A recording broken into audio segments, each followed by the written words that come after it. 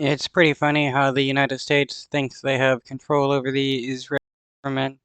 The White House is calling for the Israeli government to scale back their offensive, which they won't. I mean, Bibi Netanyahu says they're not going to listen to anyone and continue their genocide as long as they can, because that's their goal of Gaza and the West Bank, to genocide every single Palestinian person as long as they can and be able to get away with it.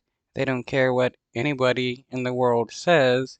They believe they have the right to kill as many Palestinians as possible, even if that means killing a bunch of babies. Turning now to developments in the Middle East, a U.S. fighter jet intercepted an anti-ship cruise missile that was launched by Houthi rebels in Yemen. It was reportedly heading towards an American destroyer in the Red Sea. U.S. Central Command says there are no injuries or damage from the incident.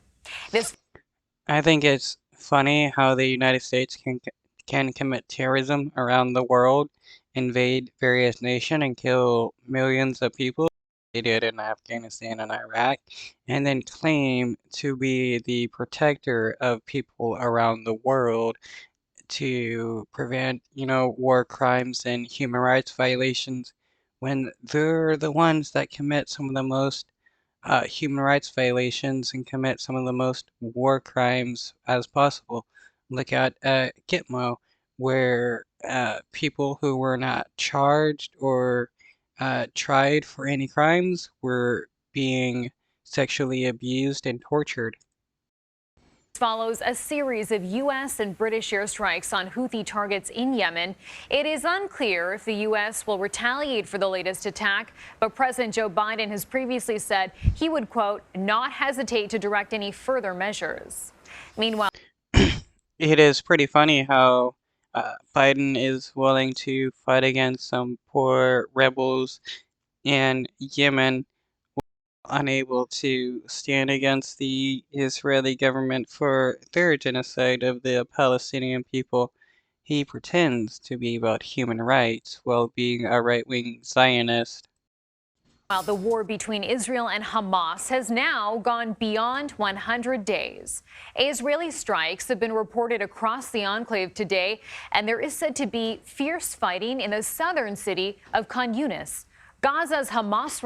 Okay, what we're having here is the Israeli government, who has a powerful military backed up by one of the most powerful militaries in the United States, fighting against a bunch of poor Palestinians who are just trying to survive the onslaught and genocide by the Israeli government, who is truly in the wrong here.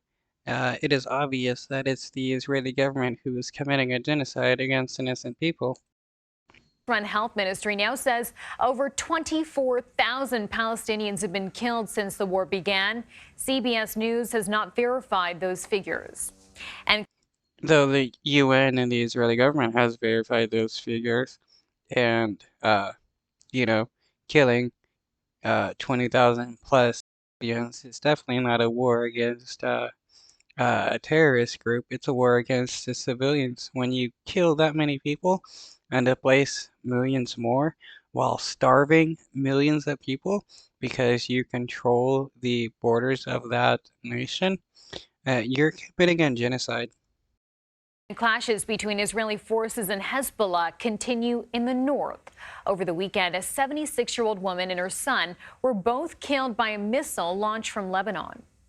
As the war stretches beyond 100 days, Yeah, it's sad that the uh, elderly lady and her son was killed, but that is all to blame on the Israeli government looking to wage war with as many nations around them as possible and their claims of self-defense. the White House says that now is the right time for Israel to scale back its military offensive in Gaza. I can tell you, and Secretary Blinken just came from the region, that we have been talking to them intensely about a transition to low-intensity operations. We believe. But what does it mean to have a low-intensity operation? Does it mean killing, 100 less Palestinians every day? day, the Israeli government is killing innocent Palestinians, and the United States is defending them no matter what they do. It's the right time for that transition, and we're talking to them about doing that. Now, they have done some precursory steps to try to kind of get to that point. They're pulling some troops out. They're relying a little less on airstrikes. But we believe that, look, any military campaign, you go through phases. And the next logical phase here, as they have put pressure on Hamas leadership, is to get to lower intensity operations, more targeted, more. But they haven't put pressure on Hamas leaders. All they've done is kill 24,000 innocent civilians, mostly being kids, and displace millions more. We can stop pretending this is a war against Hamas. More precise raids, less airstrikes. We believe it's time to make that transition, and we have had that conversation with them. And it's just funny how people like this dude would support arming the Ukrainian people against the genocide by the Russian government, but will also support the genocide of the Palestinian people by the Israeli government. You can't have it both ways. You're either for genocide or you're against genocide. joining me now with the latest from Tel Aviv is CBS News senior foreign correspondent Charlie D'Agata. Charlie, good morning. Good morning to you, Chanel. So U.S. military officials say that attempted missile strike was an anti-ship cruise missile. It was fired from Houthi territory in Yemen yesterday afternoon. And that comes just days after. Do the Houthis not have the right to defend the Palestinian people, just like how the United States, they have the right to defend the Israeli people? After that U.S.-led sea and air assault against Iranian-backed Houthi militants, it appears to be the first missile since then fired toward a U.S. warship, specifically in this case the USS Laboon.